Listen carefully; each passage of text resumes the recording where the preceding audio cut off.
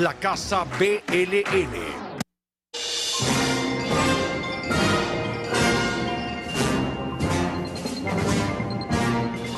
Arribaron a Ecuador deportados desde Argentina los hijos y la esposa de alias Fito. En tanto, las fuerzas de seguridad buscan el rastro del fugitivo en los países del sur del continente. Bloque de seguridad resguarda con militares carreteras, espacios acuáticos, fronteras y aeropuertos. Se mantienen las operaciones para localizar y neutralizar a integrantes y cabecillas de grupos terroristas. La Corte Nacional de Justicia se prepara para designar a su nuevo presidente. 15 de los 21 jueces titulares llevarán a cabo la elección de manera escrita y secreta. En Quito volvieron los asaltos a los buses que operan en la avenida Simón Bolívar. Varios pasajeros resultaron heridos por los antisociales. Y en los deportes, este viernes 19 de enero finalizó el legendario Rally Dakar.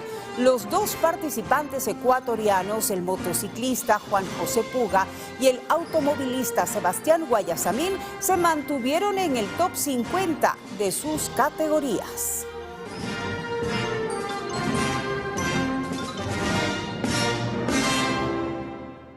Amigos televidentes de todo el país, muy buenas noches. Bienvenidos a Gama Noticias Estelar.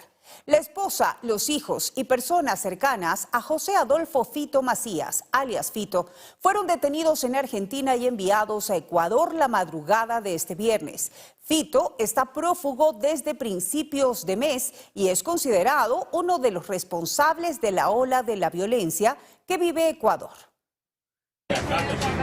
Investigadores argentinos detectaron que personas ecuatorianas habían alquilado y pagado cerca de $300.000 por una casa grande en el Country Valle del Golf, un exclusivo barrio en las afueras de la ciudad de Córdoba, en Argentina. El operativo incluyó la participación de agentes de civil trabajando en el lugar como parte del seguimiento, una vez que las autoridades lograron verificar que se trataba de los parientes del narcotraficante prófugo.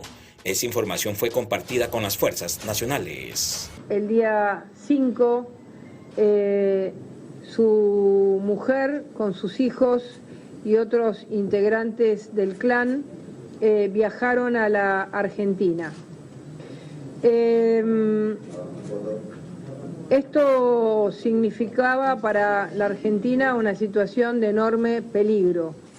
Nosotros tuvimos desde el gobierno nacional una alerta de parte de Ecuador, de las autoridades de Ecuador, que la familia de este asesino Fito estaba escondiéndose aquí en la Argentina, en la provincia de Córdoba. Un helicóptero policial sobrevoló el barrio exclusivo en el que se escondía la familia de Fito, mientras que los vecinos miraban un inusual movimiento de uniformados. Algunos vecinos relataron a los medios que la familia había llegado al barrio hace unos 10 días. Este viernes, en una rueda de prensa, la ministra de Seguridad Patricia Bullrich y el ministro del Interior Guillermo Francos aseguraron que el viaje de la esposa de Fito y su familia fue absolutamente planificado y que el fiscal que lo investigaba fue asesinado en Ecuador. Es un éxito importantísimo que podamos, con tanta rapidez, habiendo entrado esta familia el día 5, haberlos deportado del país. Tiene entrada septiembre, octubre, noviembre y enero. En noviembre fue la fecha en que adquirieron una casa.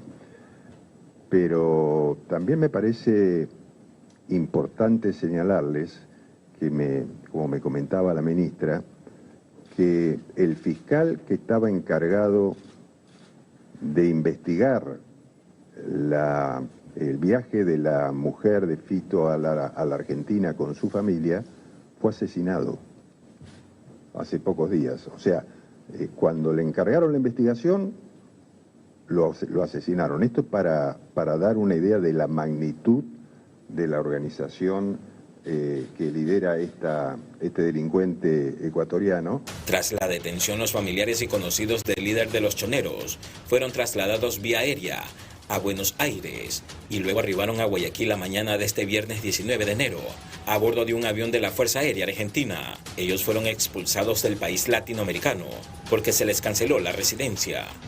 Omar Cruz, Gama Noticias. Ante el arribo de la familia de alias Fito, en horas de la mañana, el presidente de la República, Daniel Noboa Sin, lideró el Consejo de Seguridad Pública y del Estado, COSEPE, en Guayaquil. Al finalizar la reunión, el jefe del Comando Conjunto de las Fuerzas Armadas, el almirante Jaime Vela, señaló que se mantienen las operaciones para localizar y neutralizar a integrantes y cabecillas de grupos terroristas. Además, informó que se reforzó con seguridad militar carreteras, espacios acuáticos, fronteras y aeropuertos. Y estamos realizando diferentes operaciones militares para poder localizar y neutralizar a estos integrantes de los grupos terroristas. Además de aquello, como parte del orden público, estamos tratando también de cumplir con las operaciones militares en el ámbito interno correspondientes a controles en los ejes viales, nuestra tarea fundamental de protección de fronteras, de protección de espacios acuáticos.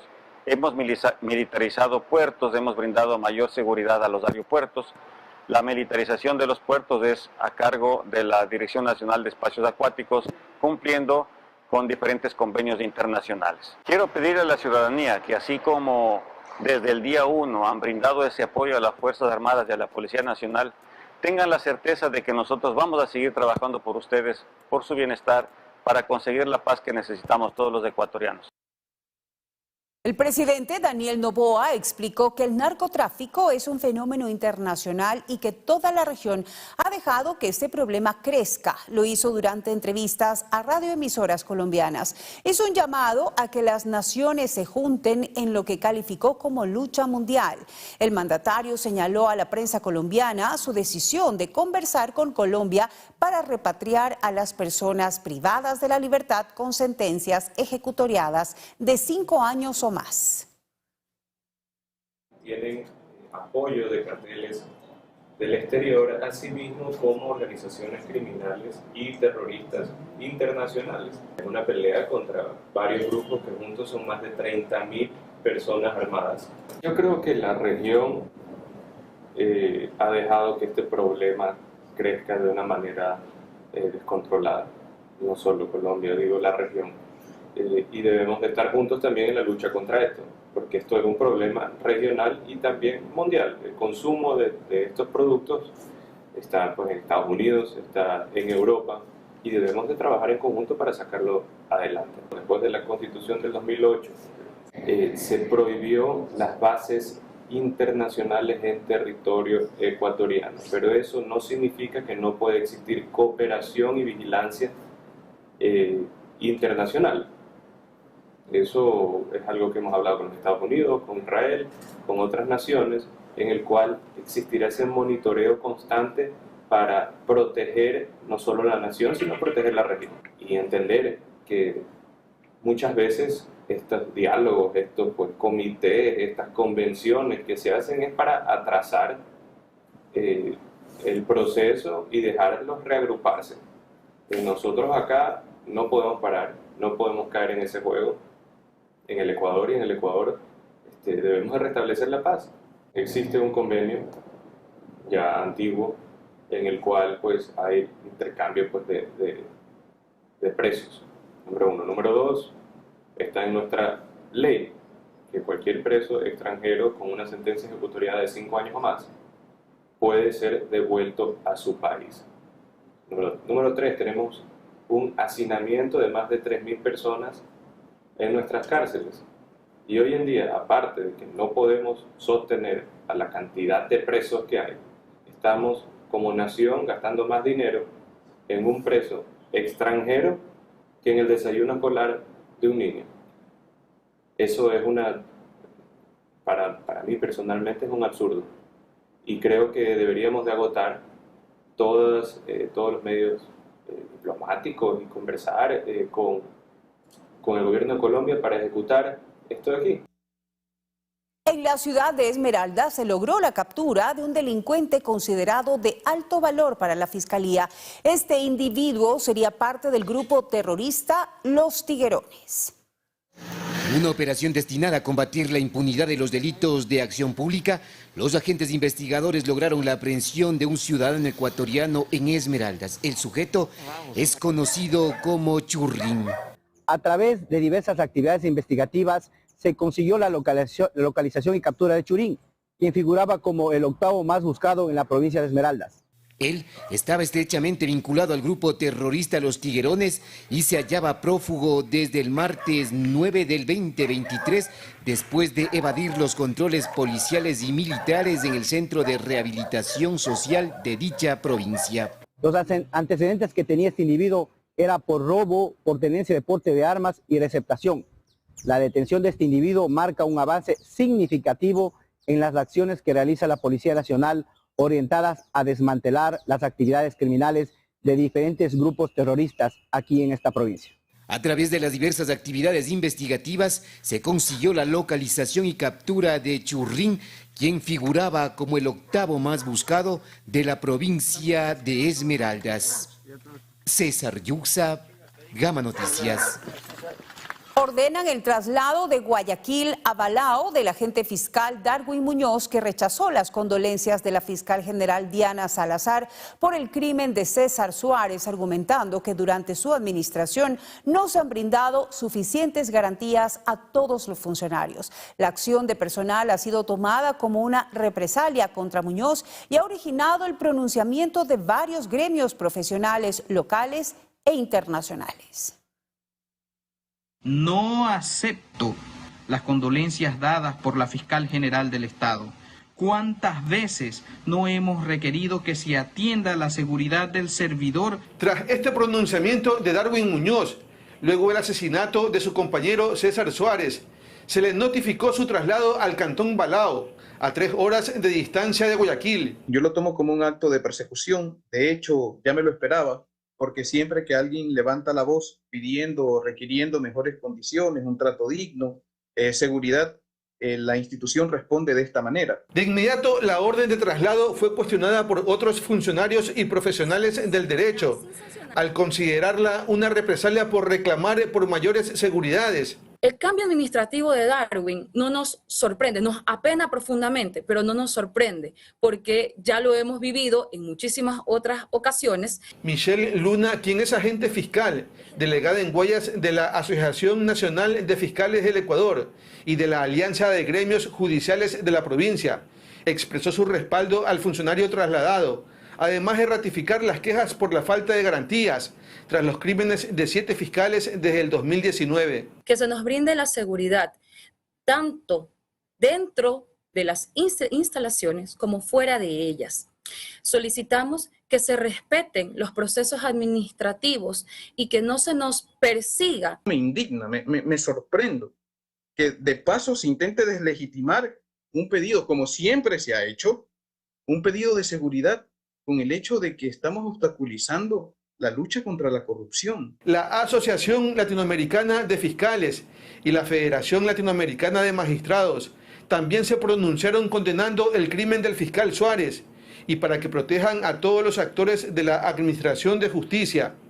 Por su lado, Darwin Muñoz presentó una acción de protección con medida cautelar para revertir el traslado, mientras que los gremios profesionales anunciaron un plantón el próximo lunes en los bajos del edificio La Merced para protestar por las retaliaciones y falta de seguridades. Alfonso Reyes Cruzati, Gama Noticias. Y atención, en Ecuador el regreso a clases en la modalidad presencial será focalizado y progresivo. A partir del lunes 22 de enero, los estudiantes de más de 8.000 planteles educativos regresarán a las aulas tras un análisis exhaustivo de peligrosidad y delictividad. Así lo informó el Ministerio de Educación. Con base en esos análisis en las provincias de Esmeraldas, Guayas, Los Ríos, en el Cantón Pedernales y el Distrito Metropolitano de Quito, las clases en línea se mantienen.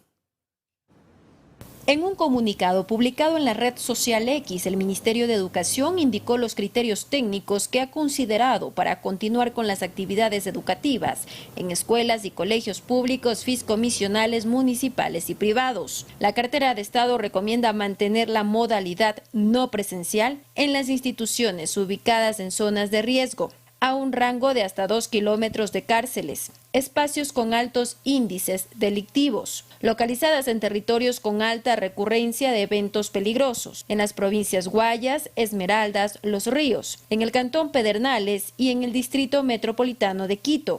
También en 6 planteles fiscomisionales de las Fuerzas Armadas que están ocupadas por personal militar y de seguridad se mantienen en clases en línea. A criterio de la politóloga Caterina Herrera, consultora de temas de seguridad, la segmentación por provincias debería reconsiderarse. Sí debería existir un tema de segmentación de toda la provincia, por ejemplo de Guayas, de toda la provincia. No todos los cantones tienen los mismos índices de delincuencia que sí lo pueden tener otros que están en semáforo rojo o zonas calientes bastante fuertes. Por otro lado, el Ministerio de Educación dispuso el regreso a las aulas en 8.176 planteles a escala nacional. Será progresivo desde el lunes 22 de enero de 2024. A juicio de Herrera, se debe apuntar al eje de seguridad ciudadana, fortalecer las capacidades de las unidades de policía comunitaria para resguardar principalmente a los estudiantes. Que sea una policía comunitaria, una policía que esté presente a los alrededores de los centros educativos. En cambio, a nivel interno se debe activar los protocolos del programa Escuelas Seguras. Que los padres de familia le indiquen quién es la persona que le va a retirar exclusivamente, que les dé un nombre, quién le va a ir a retirar, que les dé un número de emergencia en caso de que algo suceda, que hable con los niños sobre la importancia de no hablar con personas extrañas. También es fundamental enseñar a los estudiantes no aceptar a desconocidos en redes sociales ni exponer su vida privada, tampoco brindar información confidencial. Anaís Estrada, Gama Noticias.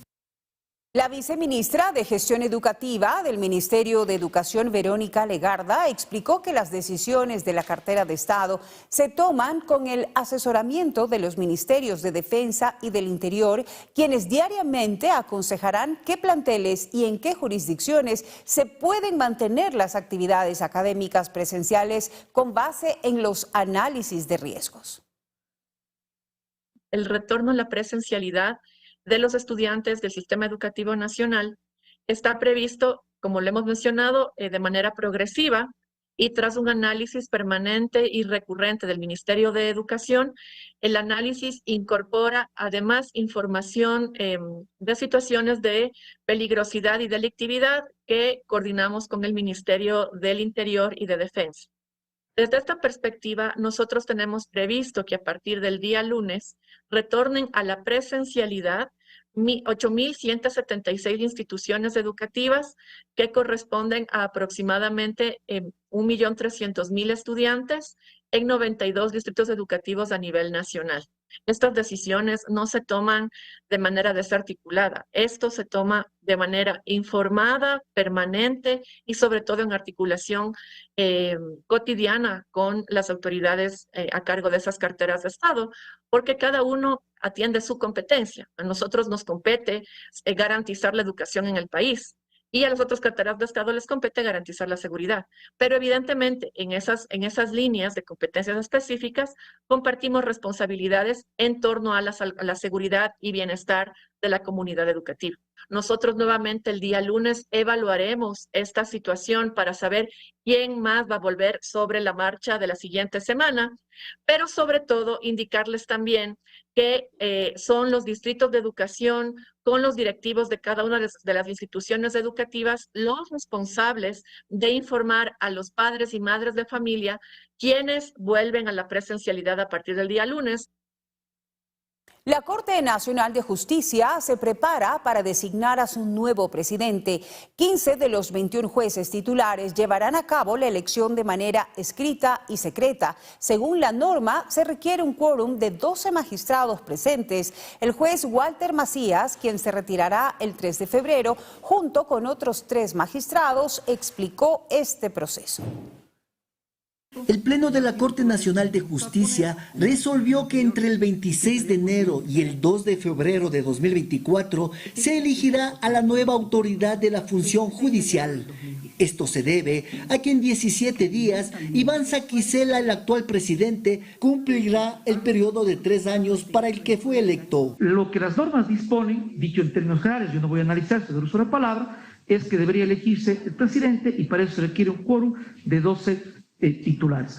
Ese es el análisis jurídico que podría corresponder. Hasta el momento, en el interior del organismo resuenan los nombres de 3 jueces como posibles candidatos para ocupar el sillón del Poder Judicial.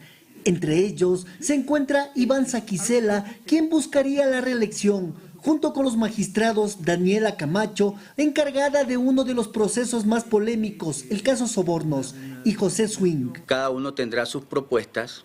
Cada uno tendrá sus motivos para ser presidente de la Corte Nacional de Justicia. Veremos cómo empiezan esta suerte de campaña, si cabe el término, que debería afianzarse en los actos y hechos que han matizado a favor de la función judicial en el transcurso del tiempo, no en este momento o en estos días que se inicia el periodo para elegir presidente de la Corte Nacional. Walter Macías, junto a otros 3 jueces que deberán dejar sus funciones a partir del 3 de febrero, según lo dispuesto por el Consejo de la Judicatura, afirmó que de acuerdo al artículo 198 del Código Orgánico de la Función Judicial, únicamente los magistrados titulares tendrán el derecho de designar al sucesor de Saquicela. 15 jueces titulares estaríamos habilitados para elegir al presidente. Es escrita y secreta, salvo de que se determine alguna situación conforme el instructivo de sesiones del Pleno que puede manifestar de otra forma, porque inclusive hay escrutinio dentro de la sesión. César Paredes, Gama Noticias. La Corte Constitucional evaluará la constitucionalidad de las preguntas de la consulta popular en 3 causas. El segundo paquete de interrogantes enviado por el Ejecutivo se divide en 2 categorías: las que realizan las modificaciones constitucionales y las que se consulta sobre reformas legales. Después de que el presidente Daniel Noboa Sin eliminara del primer bloque la pregunta 11 de la consulta popular sobre el funcionamiento de los casinos, la Corte Constitucional resolvió dividir la propuesta del Ejecutivo en 3 causas. Recordemos, este paquete de interrogantes es estudiado por la jueza Hilda Teresa Núquez. Es decir, es un primer bloque de 10 preguntas en un contexto de consulta popular plebiscitario. Explica el jurista José Chalco, analista en temas constitucionales. El segundo bloque de preguntas es evaluado por la jueza Carla Elizabeth Andrade. Ese bloque referente a una intención de enmiendas y reformas a la Constitución. Y un tercer bloque final es lo que la Corte Constitucional ha resuelto, que es aislar a 3 preguntas. Espera por el resultado del nuevo sorteo para definir el juez de la causa. La Corte Constitucional aboca conocimiento y lo primero que va a determinar es la vía, insisto, la vía correcta, si usamos vía enmienda o vía reforma parcial, y eso no tiene este término de 20 días. Para que la Corte Constitucional dé un dictamen. Anaís Estrada, Gama Noticias. Y la magistrada Carmen Corral resultó designada para conocer la causa que incluye las preguntas 3, 5 y 8 del segundo bloque de interrogantes de la consulta popular. Estas cuestiones se enfocan en la erradicación de la minería ilegal, indultos a los servidores de las fuerzas del orden, juzgamiento especializado en materia penal a militares y policías. En el Ecuador, a partir de la pandemia, varios medios de comunicación incumplen obligaciones laborales con sus trabajadores. Sueldos atrasados, indemnizaciones no pagadas y retenciones indebidas de fondos de la Seguridad Social están entre los reclamos de trabajadores y jubilados que atiende la ministra del Trabajo, Ivonne Núñez. Galo Arbeláez relata que él y sus 150 compañeros de la empresa Cablevisión, incautada en el 2008 por el Estado, perdieron sus empleos por el mal manejo de la compañía. Dice que la Superintendencia de Compañías inició un proceso de liquidación y hasta el momento no ha podido cobrar sus indemnizaciones y liquidaciones. Esto pese a que ya lograron 2 sentencias a su favor. Hay una orden judicial, jurídica, legal, laboral, de que el inspector, que es el juez natural en lo laboral, sentenció a favor de nosotros y aparte está la orden de pago ya ejecutoriada y hasta ahora se nos cumple con ese derecho. Otra empresa de comunicación incautada que está en liquidación es Gamavisión. El Estado es el accionista mayoritario con el 95.45% de las acciones. A pesar del proceso de liquidación, continúa al aire. Por ella han pasado 3 liquidadores en los últimos 5 años. La situación de trabajadores y jubilados es atendida personalmente por la ministra de Trabajo, Ivonne Núñez. Por el momento, busca que el Servicio de Rentas Internas facilite el flujo de efectivo para el pago de salarios, pues sobre la empresa pesa una sanción por una defraudación tributaria. El Ministerio de Trabajo, de la mano con la Procuraduría General del Estado, está haciendo las gestiones pertinentes para hacerle entender al sistema de rentas internas que hay que desbloquear esos valores que superan los $300.000. Pero el incumplimiento laboral en medios de comunicación se extiende también al ámbito privado.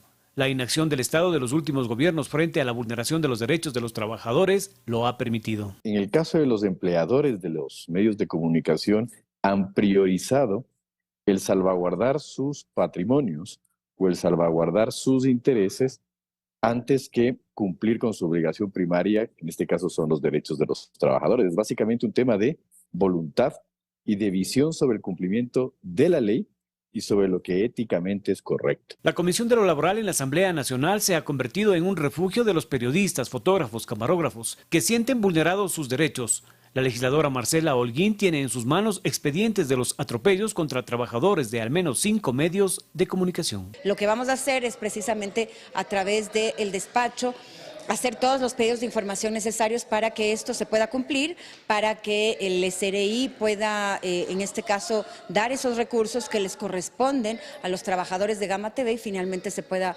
obtener una respuesta positiva luego de 1 año y medio en que no les han pagado ni siquiera sus remuneraciones.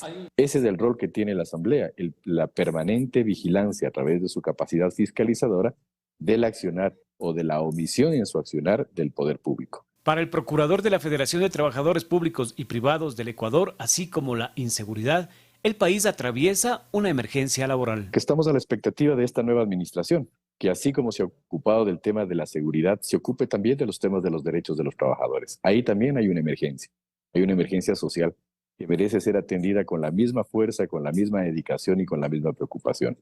Estamos hablando de personas, de seres humanos que están siendo afectados, por tanto creo que la atención en este caso del Ministerio y de todo el Estado en general, debería ser también prioritario en este tema.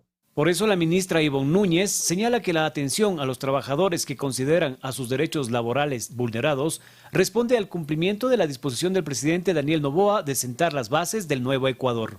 Mauricio Herrera, Gama Noticias. La ministra del Trabajo, Ivonne Núñez, emitió el acuerdo ministerial MDT 2024-012 que permite a las organizaciones laborales, asociaciones profesionales, sindicatos, comités de empresa, federaciones, confederaciones, centrales sindicales y uniones de trabajadores recibir atención ágil a los trámites de constitución de las organizaciones de trabajadores, aprobación, reforma y codificación de sus estatutos, registro de directivas y demás actos en las direcciones regionales y delegaciones provinciales del Ministerio del Trabajo. Esto permitirá reducir los tiempos de respuesta, pues desconcentra los trámites que tienen relación con la vida jurídica de las organizaciones laborales.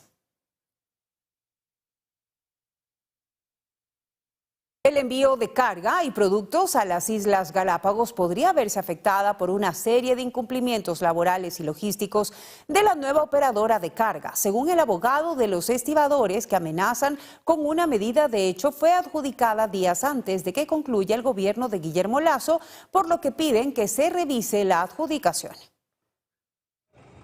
Un vocero de los estibadores de Seporgalza indicó que faltando 2 días para que concluya el mandato de Guillermo Lasso, el Consejo de Gobierno de Galápagos autorizó a la compañía portuaria de carga para que opere en las islas, pese a varias observaciones en su contra y al incumplimiento de algunos requisitos. Gente que no está preparada, que no tiene las grúas, que no tiene el personal preparado, que viola los derechos de los trabajadores. Esta revelación de parte del abogado de los mismos trabajadores de la compañía se debe a que también han sido afectados por la falta de pago de sus salarios, la no afiliación al IES y por una supuesta tercerización. En el tema portuario no puede haber tercerización. Tiene que ser contratado directamente por la operadora portuaria, la usuaria principal. En este caso puede ser la naviera o puede ser el operador. Los representantes de otras operadoras denunciaron a la Contraloría las presuntas irregularidades y solicitaron la revisión de los habilitantes presentados. Incluso interpusieron un recurso extraordinario de revisión que fue archivado por las autoridades del gobierno saliente. Uno de los accionistas era familiar indirecto del presidente del Consejo de Gobierno anterior y él fue el que lo escogió. Entonces hay un conflicto de intereses. Existe un documento público emitido por la Autoridad Portuaria Nacional en el cual indica que Seporgalsa no cumple con todos los requisitos de elegibilidad. Sin embargo, nos causa asombro que este proceso fue archivado. El ente de control también advirtió los incumplimientos y en la actualidad otorgó una prórroga adicional a Seporgalsa hasta el 23 de enero. Para que cumpla con la normativa y el procedimiento para el permiso de operación. Habíamos citado una reunión aquí en la Subsecretaría de Puertos y Transporte Marítimo y Fluvial para analizar el tema de la operadora de carga en vista de que faltaban ciertos requisitos que con nosotros no había cumplido. El panorama es preocupante porque los estibadores amenazan con paralizar si no regularizan su situación, lo que podría generar un desabastecimiento de productos de primera necesidad, afectando a más de 35.000 habitantes del archipiélago. Alfonso Reyes Cruzati, Gama Noticias.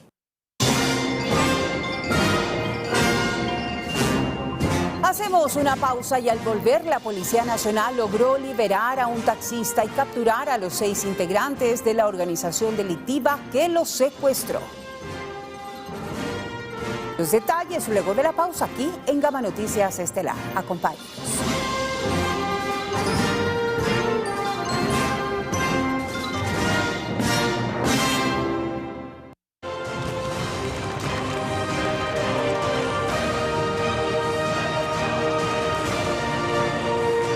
Gamavisión, el gigante despierta.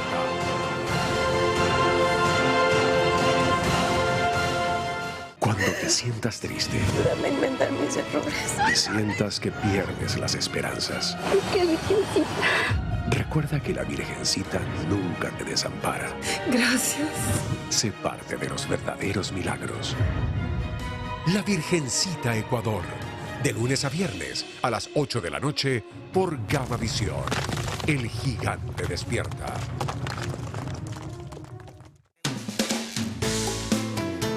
Fuerza Latina. Un recorrido por América Latina en busca de las mujeres que están inspirando al mundo. Esto es increíble. Un viaje para conocer sus retos. Que la voz de una mujer indígena sea escuchada. Sus logros. Que la palabra sanado. Fuerza Latina con Natalia Orozco y Joanny Sánchez. Sábados a las 3:30 de la tarde por Gamavisión. El gigante despierta.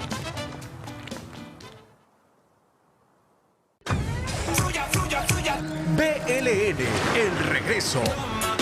Viva la experiencia más emocionante, divertida e inolvidable.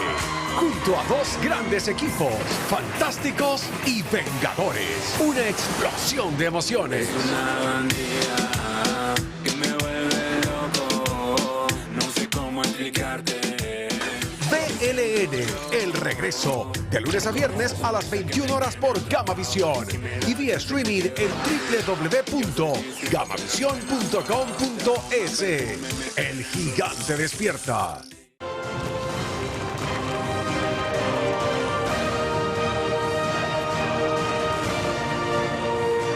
Gamavisión, el gigante despierta.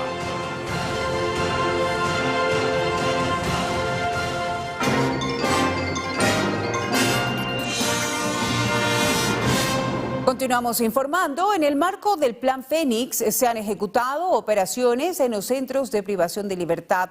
Hoy se continuó con la intervención en el Centro de Privación de Libertad Guayas por segundo día consecutivo. Según el jefe del Comando Conjunto de las Fuerzas Armadas, Jaime Vela, se ha llevado a cabo la intervención de 10 centros penitenciarios con controles exhaustivos de municiones, armas, explosivos y sustancias sujetas a fiscalización.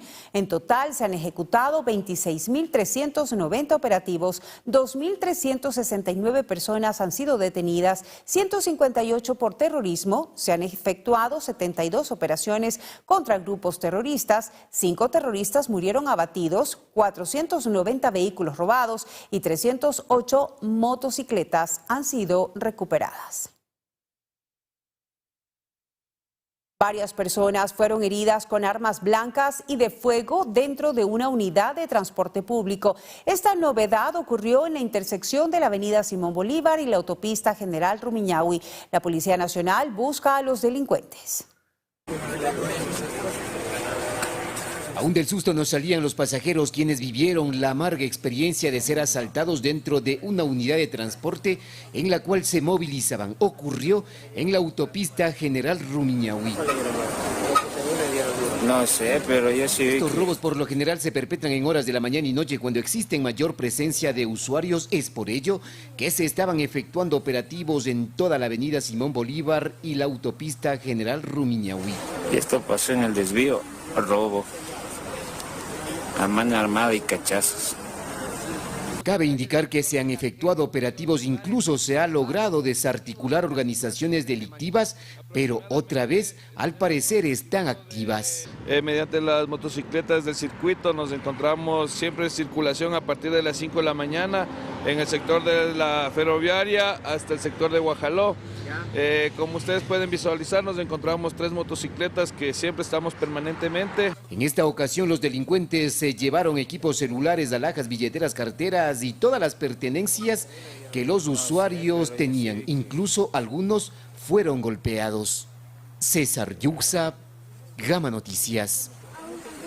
Un taxista informal fue secuestrado por una banda de antisociales en Guayaquil. La Policía Nacional logró liberar a la víctima y capturar a los 6 integrantes de esta organización delictiva. Una banda de antisociales dedicados a delinquir bajo la modalidad de secuestro y robo de vehículos fueron capturados por los agentes del orden en el norte de Guayaquil. Los sospechosos secuestraron a un taxista informal, quienes al intentar desactivar el rastreo satelital del vehículo, alertaron al dueño del carro, quien llamó a la policía. En ese momento acuden las unidades policiales e identifican el vehículo que había sido robado. Y ahí hay un menor de edad que es el que transportaba, un menor de 16 años, transportaba el vehículo acompañado de una señorita mayor de edad. Después de ser capturados, los antisociales se entregaron información de dónde se encontraba la persona secuestrada, capturando a los demás integrantes de esta banda. Vamos al distrito modelo y logramos la aprehensión de 3 ciudadanos que lo tenían retenido en un domicilio. En su poder armas de fuego, un revólver y una arma similar a un arma de fuego. El taxista fue rescatado y relató a la prensa cómo sucedieron los hechos. Antes de cancelarme procedieron a maniatarme, me apuntaron con un arma y me tiraron para la parte de atrás. Luego de eso me taparon la cara, me amarraron, no sabía dónde estaba y me metieron en una casa y ahí me tuvieron hasta ser rescatado por la policía. 6 personas fueron capturadas, quienes fueron puestos a órdenes de las autoridades judiciales. Camilo Boutín, Gama Noticias.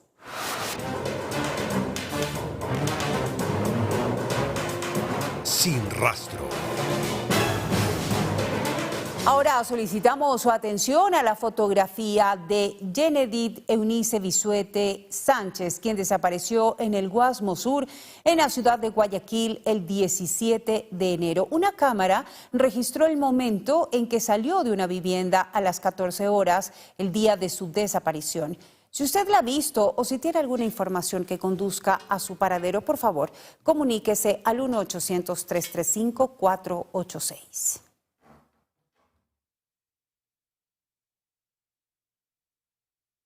En el Distrito Metropolitano de Quito, los operativos de tránsito se incrementan en las principales vías para evitar la siniestralidad. Esta mañana, en la avenida Simón Bolívar, los agentes civiles revisaron los documentos habilitantes del conductor y el vehículo. Operativos que netamente están direccionados a solicitar los documentos habilitantes tanto del conductor y del automotor. Son controles por parte de la Agencia Metropolitana de Tránsito que se despliegan por todo el distrito metropolitano de Quito. Al momento estamos colaborando en un operativo designado para la controlación del transporte público.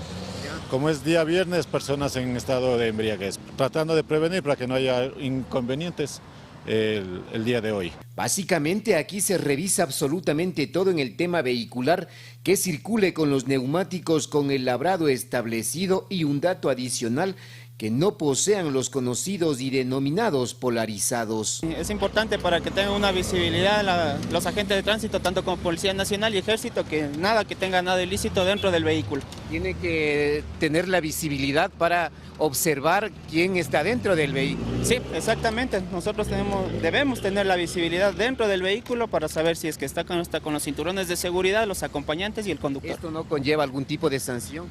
Como le estamos haciendo retirar, se le emite el artículo 391, literal 11, que es vehículos con polarizados o con adhesivos. Cabe indicar que aquí se hace un llamado de atención a la comunidad en general en bajar el límite de velocidad y sobre todo, no conducir si se encuentra en estado etílico. Está el prevenir todo este tipo de situaciones.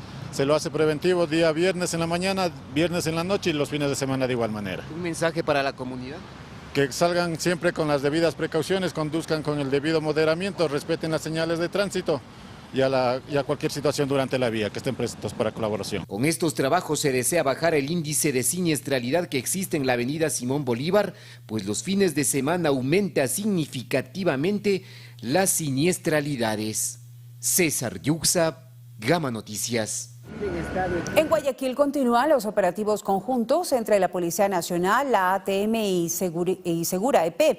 En la vía a la costa, varias motos y vehículos fueron retenidos. Asimismo, los agentes de tránsito y movilidad emitieron 123 citaciones a los conductores por diferentes infracciones.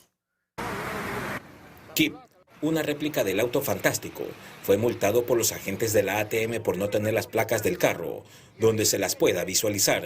El más reciente operativo se ejecutó en el kilómetro 10 de la vía La Costa y estuvo a cargo de Segura EP, Policía Nacional y la Agencia de Tránsito y Movilidad ATM, que esta vez desplegaron alrededor de 80 uniformados. Vehículos que circulan sin placas, como ustedes están viendo, se los está llevando al canchón que está vía La Costa.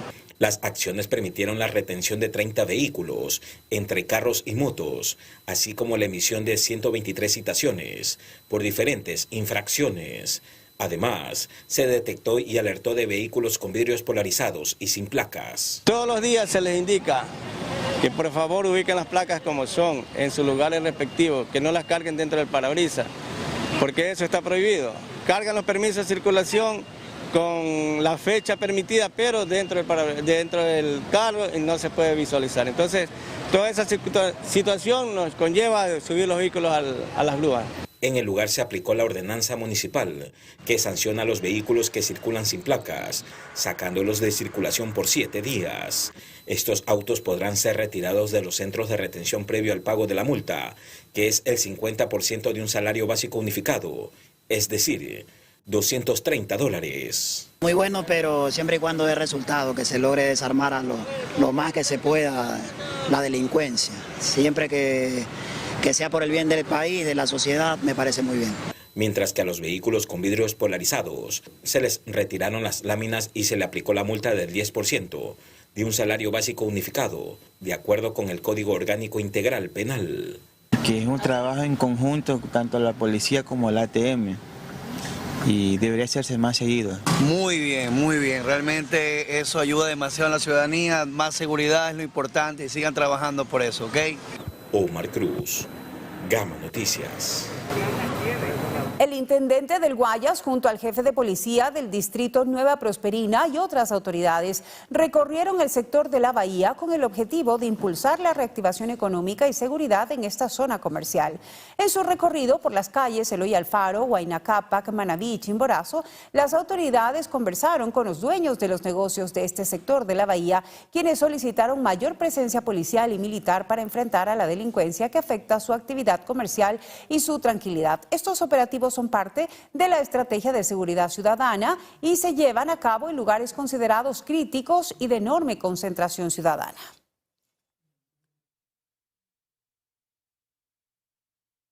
La empresa pública de Desarrollo, Acción Social y Educación DACE, en una alianza público-privada, ejecuta el primer curso gratuito de mecánica automotriz. 153 personas se graduarán el próximo 3 de febrero. Ainara Bautista es una joven de 18 años a quien desde muy pequeña le gustaba jugar con carritos. Ella es una de las beneficiarias del curso de mecánica automotriz con registro en la Cenecit, quien nos cuenta un poco de su inclinación para aprender este oficio. Vi esta oportunidad porque ya hace tiempo quería aprender mecánica y me pareció muy interesante. Me ponía a jugar con los carritos, a que los arreglaba y todo eso. Y entonces como que mi papá dice, a ti desde pequeña te gusta la mecánica, entonces yo te voy a apoyar para que tú sigas estudiando eso. Si es algo que te apasiona, te voy a apoyar. Las personas me dicen que no, las mujeres que no pueden ser mecánicas, que no, o sea, eso es como que algo como que no lo veo muy bien porque las mujeres podemos hacer muchas cosas, no solo los hombres. Entonces como que, miren, aquí estoy arreglando. Otro de los beneficiarios es Joao Gordillo, quien contó cómo avanza en su proceso de aprendizaje en esta profesión. La práctica es tan primordial que nos ayuda a aprender más rápido lo que nos dan día a día teóricamente. De hecho, uno de los grandes motivos de que me inspiró a seguir el programa de aquí de aprendizaje es el título, el certificado que nos dan, porque nos ayuda, nos abre otra oportunidad laboral para emprender, para ponernos nuestros talleres o muchas veces continuar una carrera más adelante con lo que es ingeniería en mecánica. La capacitación es teórica y práctica, que tiene una duración de 3 meses y al finalizar los participantes recibirán 3 certificaciones. Camilo Boutín, Gama Noticias. Hacemos una pausa y al volver los 2 participantes ecuatorianos en el Rally Dakar, el motociclista Juan José Puga y el automovilista Sebastián Guayasamín, concluyeron su participación dentro del top 50 de sus categorías. Los detalles con Fabricio Flores en Los Protagonistas al volver de la pausa aquí en Gama Noticias Estelar.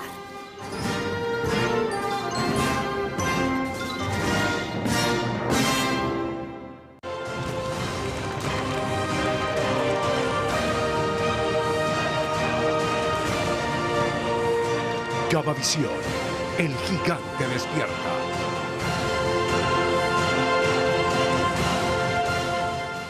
Gamavisión te lleva al concierto urbano más grande del continente. Urban Fest 2024. 12 artistas en escena. Chantel, Mike Towers, Ivy Queen, De La Ghetto, Rakim y Kenway, Baby Rasta y Gringo, Jakin y Maximan, Alexis y Fido, Gris y Ángel, Blaze, Andy Rivera, Joel y Randy. Gánate entradas diarias. Participar es muy fácil. Tómate un selfie durante toda la programación de Gamavisión y envíanos a nuestro Instagram Gamavisión EQ. Gamavisión EQ con el hashtag UrbanFest Gamavisión y ya estás participando, porque el gigante te lleva al concierto más grande de Sudamérica. Gamavisión, el gigante despierta. Acelera tus conocimientos con el magazine del automóvil y la movilidad.